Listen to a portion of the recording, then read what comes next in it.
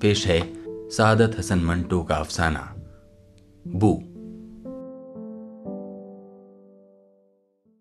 बरसात के यही दिन थे। खिड़की के बाहर पीपल के पत्ते इसी तरह नहा रहे थे। सागौन के उस स्प्रिंग वाले पलंग पे, जो खिड़की के पास से जरा उधर को सरका दिया गया था, एक घाटन लौंडिया रणधीर के साथ चिपटी हुई थी। खिड़की के बाहर पीपल के पत्ते रात के दुधियाला अंधेरे में झुमकों की तरह थरथरा रहे थे और नहा रहे थे, और वो घाटन लौंडिया रणधीर के साथ कपकपाहट बनकर चिपटी हुई थी। शाम के करीब दिन भर एक अंग्रेजी अखबार की तमाम खबरें और इश्तहार पढ़ने के बाद जब वो बालकनी में जरा तफरीह की खातिर आ खड़ा हुआ था, तो उसने इस घाटन लड़की को, जो गालिबन साथ वाले रस्सियों के कारखाने में काम करती थी और बारिश से बचने के लिए इमली के दरख्त के नीचे खड़ी थी, खांस खकार कर अपनी तरफ मुतवज्जे किया था और आखिर में हाथ के इशारे से उसे ऊपर बुला लिया था। वो कई दिनों से शदीद किस्म की तन्हाई महसूस कर रहा था। जंग के बायस बंबई की करीब करीब तमाम क्रिश्चियन छोकरियां, जो पहले सस्ते दामों पे मिल जाया करती थीं, औरतों की ऑक्सिलरी फोर्स में भर्ती हो गई थीं। उनमें से बाज ने फोर्ट के इलाके में डांसिंग स्कूल खोल लिए थे, जहां सिर्फ फौजी गोरों को जाने की इजाजत थी। रणधीर बहुत उदास हो गया था। उसकी उदासी की एक वजह तो ये थी कि क्रिश्चियन छोकरियां नायाब हो गई थीं। दूसरी वजह यह भी कि रणधीर, जो फौजी गोरों के मुकाबले कहीं ज्यादा मुहज्जब, तालीम याफ्ता, सेहतमंद और खूबसूरत था, सिर्फ इसलिए उस पर फोर्ट के कहवाखानों के दरवाजे बंद कर लिए गए थे कि उसकी चमड़ी सफेद नहीं थी। जंग से पहले रणधीर नागपाड़ा और ताज होटल के गिरदोनवाह की कई क्रिश्चियन लड़कियों से जिस्मानी मुलाकात कर चुका था। उसे अच्छी तरह मालूम था कि ऐसी मुलाकात के आदाब से वो उन क्रिश्चियन लौंडों के मुकाबले कहीं ज्यादा वाकफियत रखता है, जिनसे ये लड़कियां फैशन के तौर पर रोमांस लड़ाती हैं और बाद में किसी चुगत से शादी कर लेती हैं। रणधीर ने महज दिल ही दिल में हेजल से उसकी ताज़ा ताज़ा पैदा शुदा रऊनत का बदला लेने की खातिर उस घाटन लड़की को इशारे से ऊपर बुलाया था। हेजल उसके फ्लैट के नीचे रहती थी और हर रोज सुबह को वर्दी पहनकर और अपने कटे हुए बालों पर खाकी रंग की टोपी तिरछे जाविये पर जमा कर बाहर निकलती थी और इस अंदाज से चलती थी गोया फुटपाथ पे तमाम जाने वाले उसके कदमों के आगे टाट की तरह बिछते चले जाएंगे। रणधीर ने सोचा था कि आखिर क्यों वो उन क्रिश्चियन छोकरियों की तरफ इतना रागिब है।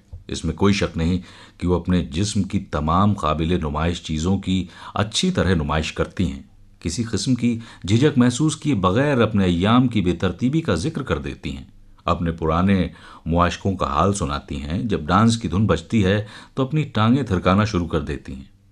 ये सब ठीक है, लेकिन कोई भी औरत इन तमाम खूबियों की हामिल हो सकती है। रणधीर ने जब घाटन लड़की को इशारे से ऊपर बुलाया था, तो उसे हरगिज हरगिज यकीन नहीं था कि वो उसको अपने साथ सुला सकेगा। लेकिन थोड़ी देर के बाद जब उसने उसके भीगे हुए कपड़े देखकर यह ख्याल किया था कि कहीं ऐसा ना हो बेचारी को निमोनिया हो जाए, तो रणधीर ने उससे कहा था, ये कपड़े उतार दो, सर्दी लग जाएगी। वो उसका मतलब समझ गई थी, क्योंकि उसकी आंखों में शर्म के लाल डोरे तैर गए थे। मगर बाद में जब रणधीर ने उसे अपनी सफेद धोती निकाल कर दी, तो उसने कुछ देर सोचकर अपना लिबास खोला, जिसका मैल भीगने के बायस और ज्यादा उभर आया था। लिबास खोलकर उसने एक तरफ रख दिया और जल्दी से सफेद धोती अपनी रानों पर डाल ली। फिर उसने अपनी फंसी फंसी चोली उतारने की कोशिश शुरू की, जिसके दोनों किनारों को मिलाकर उसने एक गांठ दे रखी थी। ये गांठ उसके तंदुरुस्त सीने के नन्हे मगर मैले गढ़े में जज्ब सी हो गई थी। देर तक वो अपने घिसे हुए नाखूनों की मदद से चोली की गिरह खोलने की कोशिश करती रही, जो बारिश के पानी से बहुत ज्यादा मजबूत हो गई थी। जब थक कर हार गई तो उसने मराठी जबान में रणधीर से कुछ कहा, जिसका मतलब था, मैं क्या करूं, ये नहीं खुलती। रणधीर उसके पास बैठ गया और गिरह खोलने लगा। थक हार कर उसने एक हाथ में चोली का एक सिरा पकड़ा, दूसरे हाथ में दूसरा, और जोर से खींचा। गिरह एकदम फिसली, रणधीर के हाथ जोर में इधर उधर हटे और दो धड़कती छातियां नमूदार हुईं। रणधीर ने एक लहजे के लिए ख्याल किया कि उसके अपने दोनों हाथों ने उस घाटन लड़की के सीने पे नर्म नर्म गुंधी हुई मिट्टी को चाबुक दस्त कुम्हार की तरह दो प्यालों की शक्ल दे दी है। उसकी सेहतमंद छातियों में वही गदराहट, वही जाजिबियत, वही तरावट और वही गर्म ठंडक थी, जो कुम्हार के हाथों से निकले हुए ताज़ा ताज़ा कच्चे बर्तनों में हुआ करती है। मटमैले रंग की उन जवान छातियों में, जो बिल्कुल बेदाग थीं, एक अजीब किस्म की चमक महलूल थी। सियाही माइल गंदुमी रंग के नीचे धुंधली रोशनी की एक तह सी थी, जिसने अजीब और गरीब चमक पैदा कर दी थी, जो चमक होने के बावजूद चमक नहीं थी। उसके सीने पे छातियों के ये उभार दिए मालूम होते थे, जो तालाब के गंदले पानी के अंदर चल रहे हों। बरसात के यही दिन थे। खिड़की के बाहर पीपल के पत्ते कपकपा रहे थे। उस घाटन लड़की के दोनों कपड़े, जो पानी से शराबोर हो चुके थे, एक गलीज ढेरी की शक्ल में फर्श पे पड़े थे और वो रणधीर के साथ चिपटी हुई थी। उसके नंगे और मैले बदन की गर्मी रणधीर के जिस्म में वो कैफियत पैदा कर रही थी, जो सख्त सर्दियों में नाइयों के गलीज मगर गर्म हम्माम में नहाते वक्त महसूस हुआ करती है। सारी रात वो रणधीर के साथ चिपटी रही। दोनों गोया एक दूसरे में मुतगम हो गए थे। उन्होंने बमुश्किल एक दो बातें की होंगी, क्योंकि जो कुछ उन्हें कहना सुनना था सांसों, होठों और हाथों से तय होता रहा था।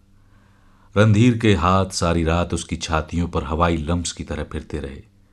छोटी छोटी चूचियां और वो मोटे मोटे रोम छिद्र, जो उनके इर्द गिर्द एक काले दायरे की शक्ल में फैले हुए थे, एक हवाई लम्स से जाग उठते और उस घाटन लड़की के सारे जिस्म में ऐसी कपकपी पैदा हो जाती कि रणधीर खुद भी एक लहजे के लिए कपकपा उठता।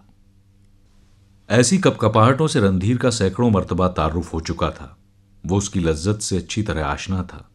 कई लड़कियों के नर्म और सख्त सीनों के साथ अपना सीना मिलाकर वो ऐसी कई रातें गुजार चुका था।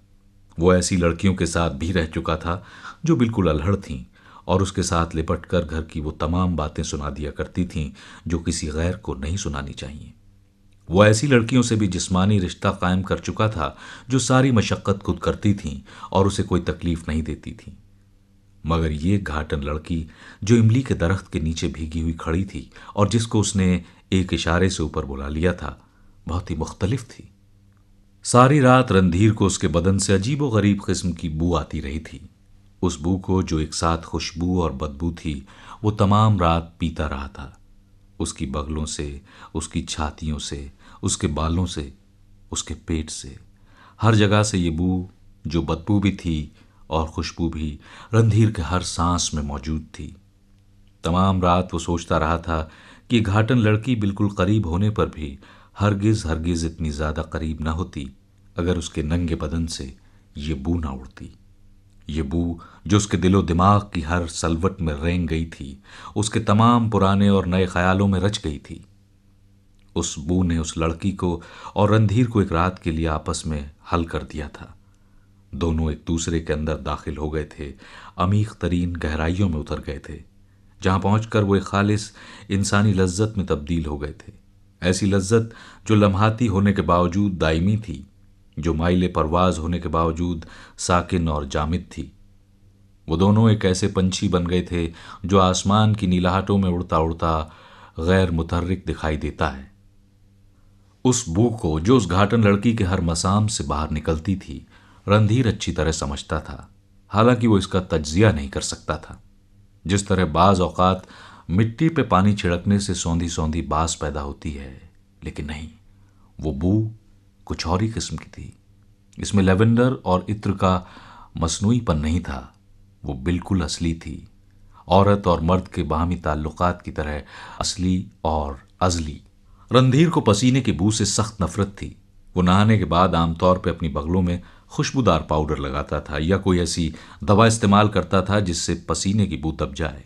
लेकिन हैरत है कि उसने कई बार उस घाटन लड़की की बालों भरी बगलों को चूमा और उसे बिल्कुल घिन न आई, बल्कि उसे अजीब तरह की लज्जत महसूस हुई। उसकी बगलों के नर्म नर्म बाल पसीने के बायस गीले हो रहे थे और उनसे भी वही बू निकली थी जो बेहद काबिल फहम होने के बावजूद नाकाबिल फहम थी। रणधीर को ऐसा लगा कि वो उस बू को जानता है, पहचानता है, उसका मतलब भी समझता है, लेकिन किसी और को ये मतलब वो समझा नहीं सकता। बरसात के यही दिन थे। इसी खिड़की के बाहर जब उसने देखा था तो पीपल के पत्ते लरज लरज कर नहा रहे थे। हवा में सरसराहटें और फड़फड़ाहटें घुली हुई थीं।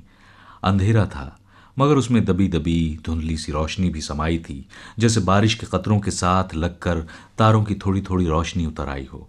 बरसात के यही दिन थे जब रणधीर के इसी कमरे में सागवान का सिर्फ एक पलंग होता था, मगर अब उसके साथ ही एक दूसरा भी पड़ा था और कोने में एक नई ड्रेसिंग टेबल भी मौजूद थी। दिन यही बरसात के थे। मौसम भी बिल्कुल ऐसा ही था। बारिश के कतरों के साथ तारों की थोड़ी थोड़ी रोशनी भी उतर रही थी, मगर फजा में हिना के इत्र की तेज खुशबू बसी हुई थी। दूसरा पलंग खाली था। उस पलंग पर, जिस पर रणधीर औंधे मुंह लेटा खिड़की के बाहर पीपल के लरसते हुए पत्तों पर बारिश के कतरों का रक्स देख रहा था, एक गोरी चिट्टी लड़की अपने सत्र को नंगे जिस्म से छुपाने की नाकाम कोशिश करते करते गालिबन सो गई थी। उसकी लाल रेशमी शलवार दूसरे पलंग पर पड़ी थी। उसके गहरे सुर्ख इजार बंद का एक फुंदना नीचे लटक रहा था। उस पलंग पर उसके दूसरे उतरे हुए कपड़े भी पड़े थे। उसकी सुनहरे फूलों वाली कसीम, अंगिया, जांघिया और दुपट्टा, सबका रंग सुर्ख था, बेहद सुर्ख।